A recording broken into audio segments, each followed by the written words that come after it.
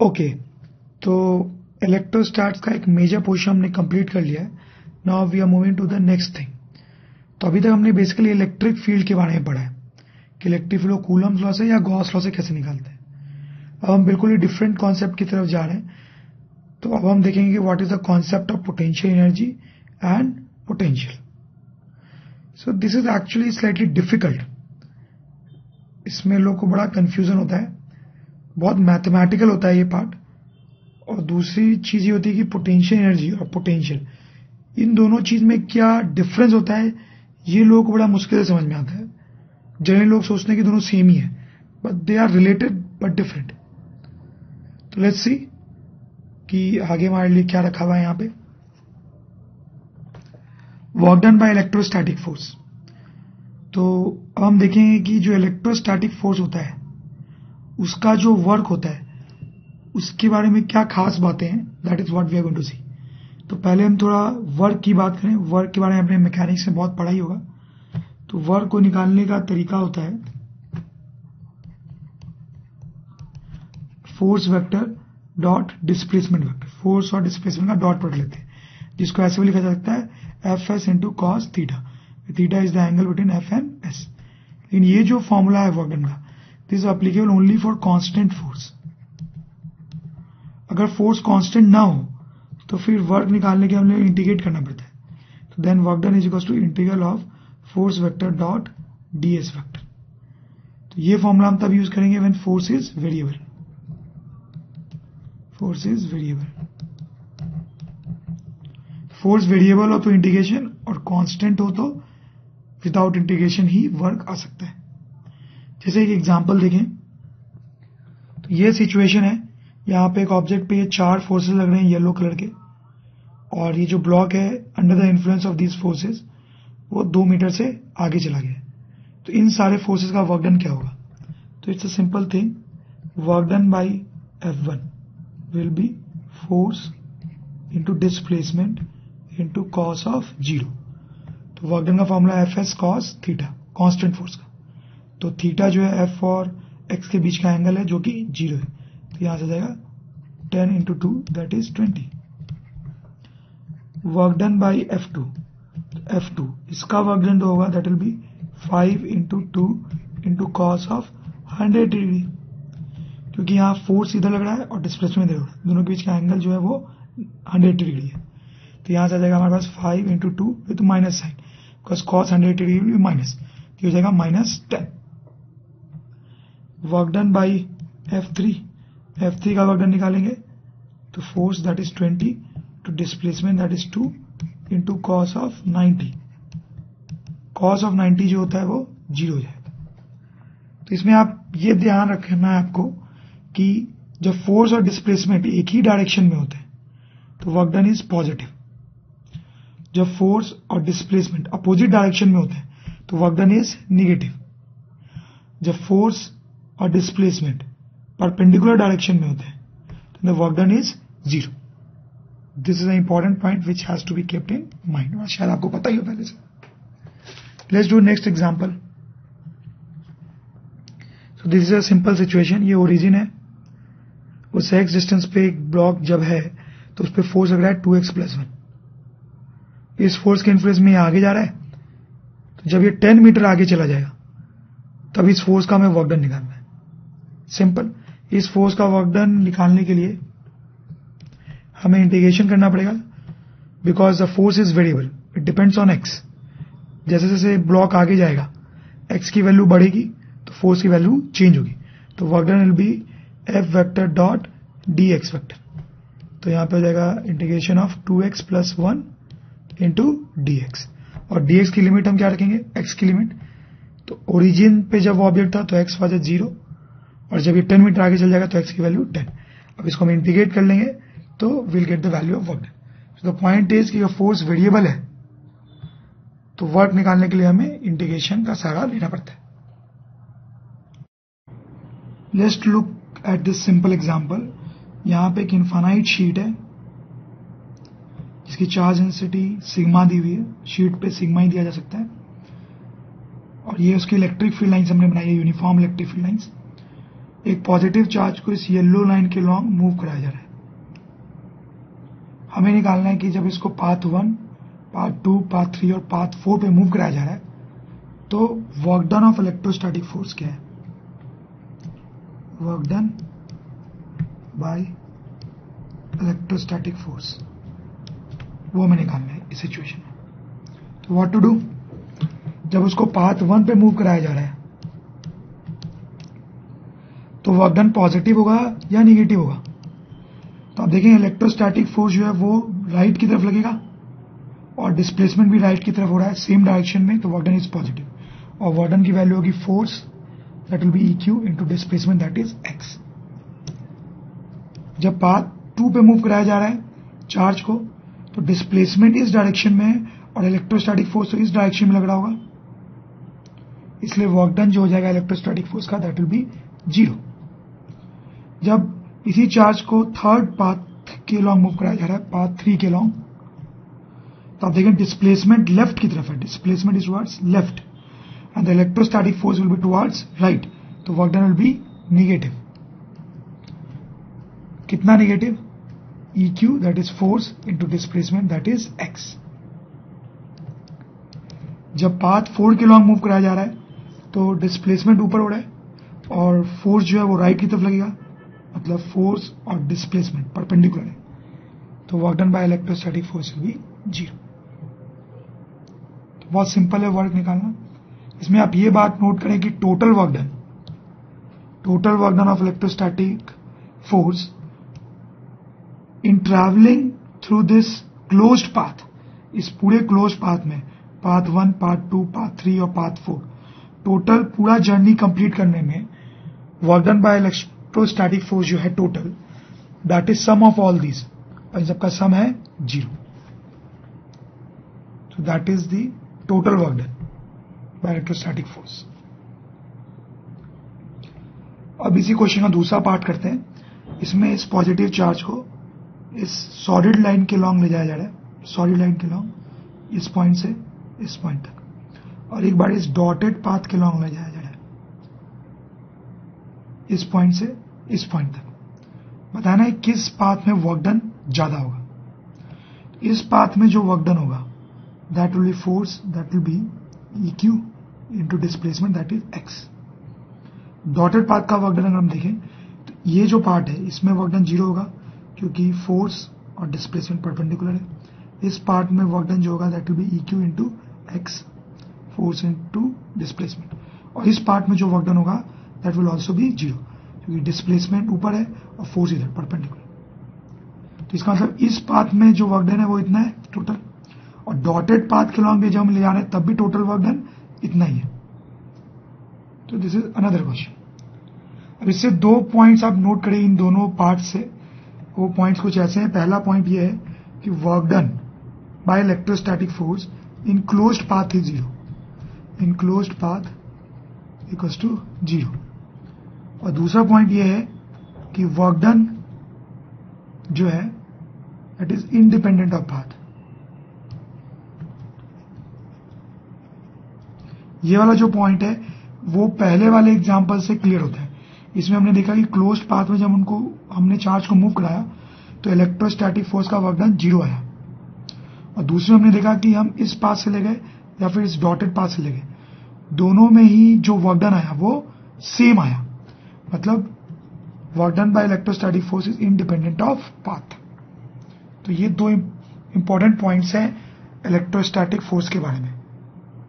हमने इस एग्जाम्पल में ये दोनों पॉइंट्स देखे, बट ये दोनों पॉइंट्स जो है वो हमेशा ही वैलिड होते हैं। जैसे कि हम एक और एग्जाम्पल में यही पॉइंट को देख सकते हैं। इस एग्जाम्पल को आप देखें, इसमें एक पॉजिटिव चार्ज है और ये उसकी इलेक्ट्रिक फील्ड लाइंस हैं, और ये जो ग्रीन लाइन है डॉटेड, इसके लॉन्ग हम एक दूसरे पॉजिटिव चार्ज को इस डॉटेड लाइन के लॉन्ग ले जा रहे हैं, इस डॉटेड लाइन के लॉन्ग। तो ए पॉइंट से मैंने इस चार्ज को ले जाना स्टार्ट किया ग्रीन लाइन के लॉन्ग, और फिर घुमा फिरा के वापस यहीं ले आया, मतलब एक क्लोज्ड पाथ पे मैं इसको ले जा रहा हूं। तो इलेक्ट्रोस्टैटिक फोर्स का वर्क डन क्या होगा इस पूरे पाथ में जब मैं इस पॉजिटिव चार्ज को इस ग्रीन पाथ पे घुमा रहा हूं, दैट विल बी 0। कहीं पर भी आप अगर देखेंगे जब आप इस चार्ज को ले जा रहे हैं तो इसका जो डिस्प्लेसमेंट होगा वो टेंजेंशियल होगा पाथ के, और जो फोर्स होगा वो इलेक्ट्रिक फील्ड लाइन के लॉन्ग होगा, मतलब परपेंडिकुलर। मतलब फोर्स और डिस्प्लेसमेंट परपेंडिकुलर है, हर जगह पे ही ऐसा होगा। यहां पर भी डिस्प्लेसमेंट ऐसे और फोर्स इधर की तरफ उसके परपेंडिकुलर। तो हर जगह पे इलेक्ट्रोस्टैटिक फोर्स का जो वर्क डन होगा वो 0 होगा। तो टोटल वर्क डन भी इलेक्ट्रोस्टैटिक फोर्स का 0 हो जाएगा। तो once again in this example we see that the work done by electrostatic force in closed path is 0. Now let's see this case. ये क्वेश्चन देखें, इसमें क्या है कि फिर से पॉजिटिव चार्ज है, उसकी इलेक्ट्रिक फील्ड लाइन्स व्हाइट में बनाई गई हैं, और एक पॉजिटिव चार्ज को इस पॉइंट से इस पॉइंट तक ले जा रहे हैं लॉन्ग ब्लू पाथ के लॉन्ग, उसको ऐसे ले जा रहे हैं। तो इलेक्ट्रोस्टैटिक फोर्स का जो वर्क डन होगा, work done by electrostatic force, वो सपोज कर लो कुछ W1 होगा यहां से यहां ले जाने में, और ये पॉजिटिव होगा, आप सोच पा रहे होंगे, क्योंकि electrostatic force electric field line के लॉन्ग इधर लगेगा और डिस्प्लेसमेंट भी इधर ही हो रहा है। अब दूसरे केस में हम इस चार्ज को इस ग्रीन पाथ के लॉन्ग ले जा रहे हैं। इनिशियल पॉइंट वही है, फाइनल पॉइंट भी वही है, लेकिन रास्ता अब थोड़ा अलग है, लंबा है। तो जब हम यहां से यहां तक ले जाएंगे इसको, यहां से यहां तक, तो वर्क डन 0 होगा। यहां से यहां तक जब हम ले जाएंगे तो आप सोच सकते हैं कि वही वर्क डन होगा जो यहां से यहां के लिए आया था। तो मतलब यहां से यहां तक का वर्क डन भी W1 आएगा, और यहां से यहां तक का वर्क डन जो आएगा फिर से यहां से यहां तक का वर्क डन 0 आएगा। तो इस ग्रीन रास्ते में भी जो टोटल वर्क डन है इलेक्ट्रोस्टैटिक फील्ड का वो W1 ही आ रहा है, W1 plus 0 plus 0 which is W1. तो once again we see the same point कि work done by electrostatic force is independent of path, independent of path. तो हम यहां से यहां चार्ज को ले जा रहे हैं ब्लू पाथ से और एक बार ग्रीन पाथ से, दोनों में वर्क डन जो है वो W1 ही आ रहा है, सेम आ रहा है। तो हमने 2 एग्जांपल्स देखे, दोनों में हमने 2 पॉइंट्स कंक्लूड किया। तो एक पॉइंट तो ये था कि क्लोज्ड पाथ में work done of electrostatic force 0 था, और दूसरा पॉइंट ये था कि work done of electrostatic force independent of path. तो जिस फोर्स की ये 2 प्रॉपर्टीज होती हैं, जिस फोर्स की ये 2 प्रॉपर्टीज होती है उसको हम बोलते हैं कंजर्वेटिव फोर्स, कंजर्वेटिव फोर्स। तो हम बोलेंगे कि इलेक्ट्रोस्टैटिक फोर्स जो है, electrostatic force that is a conservative force. और भी कंजर्वेटिव फोर्सेस आपने पहले पढ़े हैं मैकेनिक्स में, जैसे कि gravitational force mg, spring force, ये दोनों फोर्सेस भी कंजर्वेटिव होते हैं, जैसा हमने मैकेनिक्स से पढ़ा है। अब एक और फोर्स हमारे लिस्ट में आ गया, that is electrostatic force. So these forces are conservative forces. Work done by man in electrostatic field. तो let's have a look कि ये क्या चीज है। तो आप ऐसा केस इमेजिन करें जिसमें हमारे पास एक इनफाइनाइट शीट है, पॉजिटिवली चार्ज, उसकी इलेक्ट्रिक फील्ड लाइन है ये एज यूजुअल। अब हमारे पास यहाँ पे एक पॉजिटिव चार्ज है और एक आदमी इस पॉजिटिव चार्ज को इधर ला रहा है बाय डिस्टेंस ऑफ x, आदमी इसको इधर ला रहा है by distance of x। Man moves charge slowly, आदमी इस चार्ज को इधर जब मूव कर रहा है तो स्लोली मूव कर रहा है। तो स्लोली मूव करने का क्या मतलब है, क्या धीरे धीरे मूव कर रहा है। क्या मतलब है इसका कि जब चार्ज को ले जाया जा रहा है इधर तो इसकी वेलोसिटी ऑलमोस्ट 0 होगी। इसका मतलब है कि चार्ज पे जो नेट फोर्स लग रहा होगा वो 0 होगा, उसका एक्सीलरेशन भी 0 होगा। क्योंकि अगर नेट फोर्स 0 नहीं होगा तो ये चार्ज एक्सीलरेट करने लगेगा और उसके बाद वेलोसिटी आ जाएगी, फिर वो स्लोली मूव नहीं करेगा। मतलब आदमी इस चार्ज को इधर ले जा रहा है स्लोली, मतलब धीरे धीरे ले जाया जा रहा है, इस चार्ज पे नेट फोर्स 0 है। तो नाउ द क्वेश्चन इज कि आदमी जब इधर ले जा रहा है चार्ज को तो उस पर कितना फोर्स लगा रहा है। तो इस चार्ज पे एक तो इलेक्ट्रोस्टैटिक फोर्स लग रहा है इधर की तरफ, that will B E into Q, electric field की जो भी वैल्यू होगी इंटू क्यू, वो फोर्स इस पे इधर लग रहा होगा। तो क्योंकि आदमी इसको इधर ले जा रहा है तो आदमी इधर फोर्स लगा रहा होगा, फोर्स अप्लाइड बाय मैन। और ये जो फोर्स होगा वो भी EQ के ही बराबर होगा, तभी तो इस पे नेट फोर्स 0 आएगा और ये स्लोली जाएगा। कुछ लोगों को लग रहा होगा अगर नेट फोर्स 0 हो गया तो इधर कैसे जा रहा है, तो हम ऐसा सोच सकते हैं कि ये जो आदमी का फोर्स है वो थोड़ा सा, बिल्कुल थोड़ा सा इससे ज्यादा होगा, बट ऑलमोस्ट सेम। सो आदमी इस पे EQ अमाउंट का फोर्स इधर लगा रहा होगा और उसको इधर ले आ रहा होगा। So in that case what is a work done by man, तो वर्क डन बाय जो मैन है वो इस केस में आ जाएगा पॉजिटिव। वाई पॉजिटिव, क्योंकि आदमी फोर्स इधर लगा रहा है और डिस्प्लेसमेंट भी इधर हो रहा है। प्लीज नोट हम वर्क डन बाय मैन निकाल रहे हैं, work done by man, electrostatic force का वर्क डन नहीं निकाल रहे हैं। तो मैन का फोर्स देखेंगे जो इधर लग रहा है और डिस्प्लेसमेंट इधर हो रहा है, तो इसलिए पॉजिटिव होगा, and that will B force into displacement, like this. अब दूसरा केस आप इमेजिन करें, फिर से वैसा ही केस है कि हमारे पास पॉजिटिव चार्ज है। अब आदमी इस चार्ज को इस डायरेक्शन में ले जा रहा है बाय डिस्टेंस ऑफ x। अब आदमी कितना फोर्स लगा रहा होगा, फिर से स्लोली ले जा रहा है, स्लोली। तो अब आप देखें जो इलेक्ट्रोस्टैटिक फोर्स है वो भी इधर ही लग रहा होगा, इलेक्ट्रिक फील्ड के लॉ। तो यहां पे क्योंकि इलेक्ट्रोस्टैटिक फोर्स इधर ही लग रहा है, तो इस चार्ज को इधर ले जाने के लिए आदमी को कोई फोर्स लगाने की जरूरत नहीं है। अगर चार्ज को छोड़ दिया जाएगा तो खुद ही इलेक्ट्रोस्टैटिक फोर्स के कारण इधर चला जाएगा, लेकिन आदमी को स्लोली इधर ले जाना है। तो अभी तो क्या होगा कि ये फोर्स उसको इधर एक्सीलरेट करेगा और इसकी स्पीड बढ़ती जाएगी।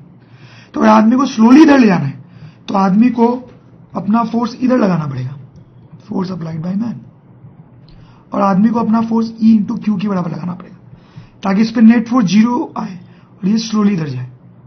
तो फिर से अगर आपको ऐसा लग रहा है कि नेट फोर्स 0 हो गया है तो इधर क्यों जा रहा है, तो आप ऐसा सोच सकते हैं कि ये फोर्स जो है वो थोड़ा सा इससे बड़ा है, ये फोर्स थोड़ा सा बड़ा है, बट ऑलमोस्ट सेम। तो इस केस में आदमी इधर फोर्स लगाएगा E इंटू Q का और डिस्प्लेसमेंट इधर है। इस केस में वर्क डन बाय मैन कितना आएगा, माइनस। क्यों माइनस, क्योंकि आदमी का फोर्स इधर लग रहा है और डिस्प्लेसमेंट इधर हो रहा है अपोजिट डायरेक्शन में, तो work done will be negative, और उसका magnitude that is force into displacement, something like this. तो इसमें पॉइंट जो समझने वाली है वो ये है कि इस केस में वर्क डन मैन का पॉजिटिव आया और एक केस में नेगेटिव आया। तो ऐसा होता है कि जब आदमी इस केस में चार्ज को खींच के ले जाता है, आप देखिए इसमें इलेक्ट्रोस्टैटिक फोर्स के अगेंस्ट आदमी खींच के ले जा रहा है, तो आदमी अगर चार्ज को खींच के ले जा रहा है, खींच के, तो आदमी का वर्क डन पॉजिटिव होगा। इस केस में देखिए, इस केस में जो है आदमी रोक रोक के चार्ज को ले जा रहा है, रोक रोक के, आदमी फोर्स तो इधर लगा रहा है और डिस्प्लेसमेंट इधर, यानी आदमी रोक रोक के चार्ज को इधर ले जा रहा है। तो जब आदमी रोक रोक के चार्ज को ले जाता है तो आदमी का वर्क डन निगेटिव आता है, निगेटिव। तो finally if man pulls charge, खींच के ले जाता है आदमी चार्ज को, तो work done by man positive. If man moves charge by stopping it, तो आदमी अगर रोक रोक के ले जा रहा है चार्ज को, तो work done by man will be negative. हालांकि ये कोई बहुत साइंटिफिक वे नहीं है बात करने का, but still this thought process will help us in solving and understanding a lot of things in a much easier way. Let's consider this question. यहां पे एक प्लस Q चार्ज है फिक्स्ड, उसकी फील्ड लाइन्स है जैसे white में बनाया गया है यहां पे, और R=10 पे एक स्मॉल चार्ज Q है। क्वेश्चन ये है कि find work done by man in bringing plus Q from infinity to R=10 slowly. मतलब यह है कि एक आदमी इस चार्ज को इन्फिनिटी से यहां तक लेके आ रहा है, तो उस आदमी को इन्फिनिटी से यहां तक चार्ज लाने में कितना वर्क करना पड़ रहा है वो हमें निकालना पड़ेगा। तो लेट्स डू इट। तो सबसे पहले आदमी का जो वर्क डन है उसका आप साइन देखें कि ये वर्क डन पॉजिटिव आएगा या निगेटिव आएगा, क्या लगता है आपको? This work done will B actually positive. क्यों? ये जो पॉजिटिव चार्ज है वो इसको रिपेल कर रहा होगा, तो आदमी को ये चार्ज खींच के लाना पड़ेगा। तो हमने देखा था कि जब आदमी खींच के चार्ज को लाता है तो आदमी का वर्क डन पॉजिटिव होता है। तो ये तो साइन की बात हो गई। और वर्क डन का मैग्नीट्यूड कैसे निकालेंगे? तो उसके लिए हम इस सिचुएशन को और थोड़ा डीपली एनालाइज करेंगे। ये जो प्लस Q चार्ज है वो तो फिक्स्ड है ही, और ये जो प्लस क्यू चार्ज है छोटा वाला, आप सपोज करेंगे किसी भी टाइम पे ये डिस्टेंस x पे है, मतलब आदमी इस चार्ज को इन्फिनिटी से लेके आ रहा है और अभी ये चार्ज रास्ते में है और उसका डिस्टेंस x है। थोड़ी देर बाद x क्या होने वाला है, कम। ये चार्ज अभी चार्ज जो है वो रास्ते में है अभी at a distance of x। तो इस टाइम पे ये जो पॉजिटिव चार्ज है उसके कारण इस पे इधर फोर्स लग रहा होगा and that force will B E into Q. तो कितना आएगा ये force, k q upon x square into Q, ये फोर्स आ जाएगा। तो जो आदमी है वो इस पे कितना और किधर फोर्स लगा रहा होगा, तो आदमी इस पे इधर की तरफ फोर्स लगा रहा होगा और उसकी वैल्यू इसके बराबर ही होनी चाहिए। क्यों बराबर होनी चाहिए, क्योंकि स्लोली ला रहा है ना आदमी यहां पे, तो स्लोली ला रहा है तो इस पे नेट फोर्स 0 होना चाहिए, जैसा हमने थोड़ी देर पहले पढ़ा है। अब मुझे आप ये बताएं कि ये जो आदमी का फोर्स है ये कांस्टेंट फोर्स है या वेरिएबल फोर्स है। ये एक्चुअली में वेरिएबल फोर्स है। कैसे, क्योंकि ये x पे डिपेंड कर रहा है। जैसे जैसे आदमी इस चार्ज को पास लाएगा x विल चेंज, तो ये फोर्स की वैल्यू भी चेंज होगी। तो इस फोर्स के वेरिएबल होने से हमें क्या मतलब है, मतलब ये है कि अगर ये फोर्स वेरिएबल है तो इसका वर्क डन निकालने के लिए हमें इंटीग्रेशन का यूज करना पड़ेगा। तो we write work done by man will be integration of force applied by man into dx। तो force applied by man will be k q by x square into dx। और यहां पे x की limit क्या रखेंगे, तो x जो है वो इन्फिनिटी से r तक वेरी कर रहा है। जब आप इसको इंटीग्रेट करेंगे तो will get minus k q by r, ये आंसर आ जाएगा। ये हमारा आंसर है। बट आप ध्यान दें यहां पे एक प्रॉब्लम है। प्रॉब्लम ये है कि यहां पे ये निगेटिव साइन आ रहा है, निगेटिव साइन वर्क डन का। लेकिन हमने कुछ देर पहले फिजिकली एनालाइज किया कि work done by man positive होना चाहिए। तो क्या प्रॉब्लम है यहां पे, ये जो कैलकुलेशन हमने की है उसमें थोड़ी प्रॉब्लम है। फर्स्ट लाइन में ही प्रॉब्लम है। ये dx को आप देखें, ये dx क्या है, dx is change in x। तो जब चार्ज को आदमी इधर ला रहा है तो x तो है वो कम हो रहा है, x कम हो रहा है, यानी कि dx जो होगा वो निगेटिव होगा, because dx is change in x। तो अगर x कम हो रहा है dx has to be negative as x is decreasing. तो ये dx निगेटिव है तो यहीं पे ये एक्सप्रेशन निगेटिव था पूरा का पूरा, तो यहीं पे हमें एक माइनस साइन लगाना चाहिए था, ऐसे कुछ। तो क्योंकि dx यहां पे नेगेटिव था तो यहां पे एक नेगेटिव साइन होगा, तो यहां भी एक नेगेटिव आ जाएगा और फाइनली आंसर पॉजिटिव होगा। अब मैथमेटिक्स और फिजिकल एनालिसिस मैच हो रहे हैं। This is the right answer. तो ऐसी dx वाली प्रॉब्लम कई बार आएगी इस चैप्टर में, आपको ध्यान रखना है उसका। मेरा एडवाइस तो यहां पे ये है कि मैथमेटिकली जब भी आप वर्क डन निकाल रहे हो तो मैथमेटिकली जो आंसर आए उससे सिर्फ आप मैग्नीट्यूड को देखें और जो साइन है वो आप फिजिकली एनालाइज कर लें, तो कभी भी गलती नहीं होगी। तो आप ये dx पॉजिटिव निगेटिव के प्रॉब्लम में फंसेंगे नहीं कभी। तो आप इंटीग्रेशन से या मैथमेटिक्स से सिर्फ मैग्नीट्यूड देखें और साइन फिजिकली एनालाइज कर लें। That is a very good way. Now this is a very important formula which we have to remember, ये बहुत काम आएगा। इसमें एक चीज और आप ध्यान दें कि नीचे r है, r स्क्वायर नहीं है, this is k by r। ये गलती लोग करते हैं। वो गलती इसलिए करते हैं क्योंकि अगर दो चार्ज है हमारे पास q और q, तो इस पे जो फोर्स लग रहा होता है that is k by r square. यहां r स्क्वायर आता है फोर्स के फॉर्मूले में, ये फोर्स नहीं है, वर्क डन का फॉर्मूला है, यहां नीचे r आएगा। अब आप थोड़ा सा एक छोटा सा क्वेश्चन करें इस पे बेस्ड, इस फॉर्मूले पे। यहां पे फिर वही प्लस q चार्ज है जो फिक्स्ड है, उसकी इलेक्ट्रिक फील्ड लाइन, और अब आदमी इस माइनस q चार्ज को इन्फिनिटी से लेके आ रहा है। इस केस में आदमी प्लस q चार्ज को लेके आया था इन्फिनिटी से, और यहां पे आदमी माइनस q चार्ज को इन्फिनिटी से लेके आ रहा है। अब आदमी का जो वर्क डन होगा वो पॉजिटिव होगा या निगेटिव, ये हमें बताना है,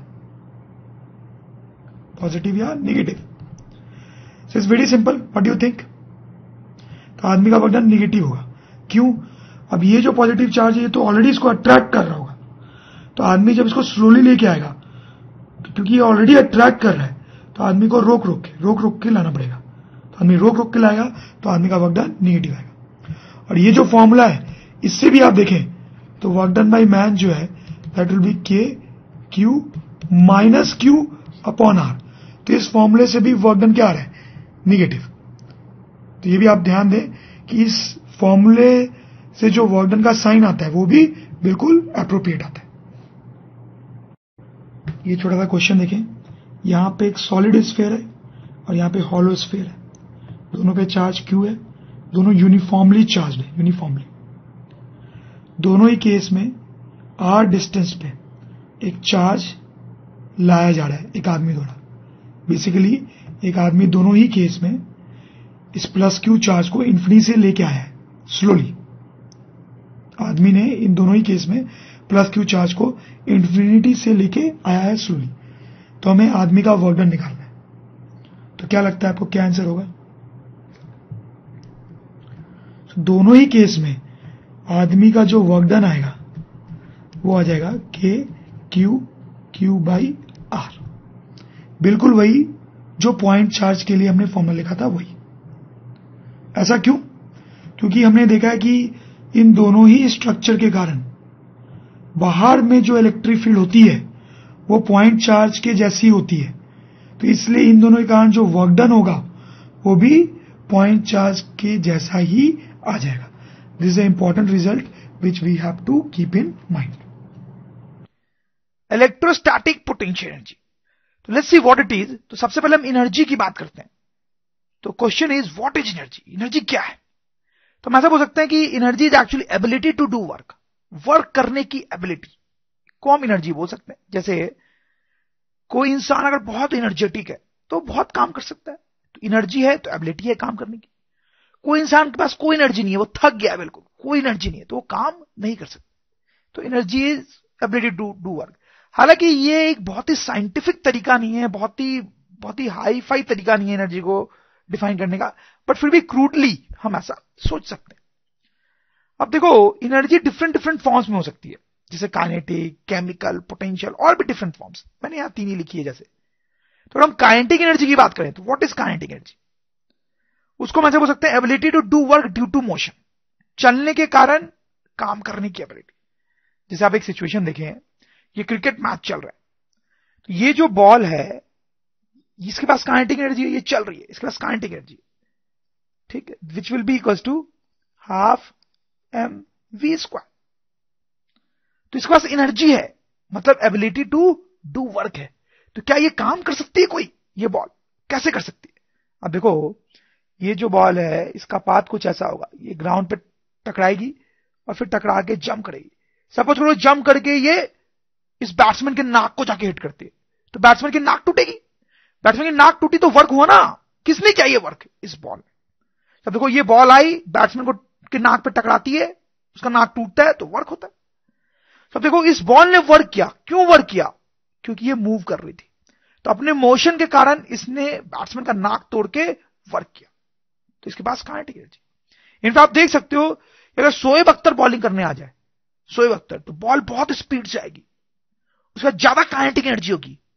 अब बैट्समैन से अगर वो बॉल टकराती है तो नाक भी जबरदस्त टूटेगी, तो बॉल के पास ज्यादा काइनेटिक एनर्जी होगी, इसलिए वो ज्यादा वर्क कर सकता है, इसलिए ज्यादा नाक तोड़ेगा। तो आई होप आपको समझ में आ रही होगी काइनेटिक एनर्जी क्या है। It's also ability to do work due to motion. Chemical energy, जैसे ये बॉम्ब जो है इसके पास हम बोल सकते हैं केमिकल एनर्जी, तो एनर्जी है, एनर्जी।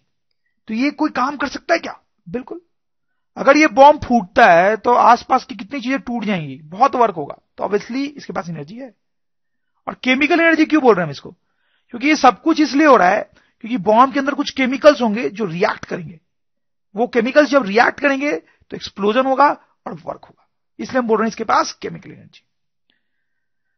वैसे अगर हम पोटेंशियल एनर्जी की बात करें तो इसका कॉन्सेप्ट बहुत कॉम्प्लिकेटेड होता है, थोड़ा वेग टाइप का होता है।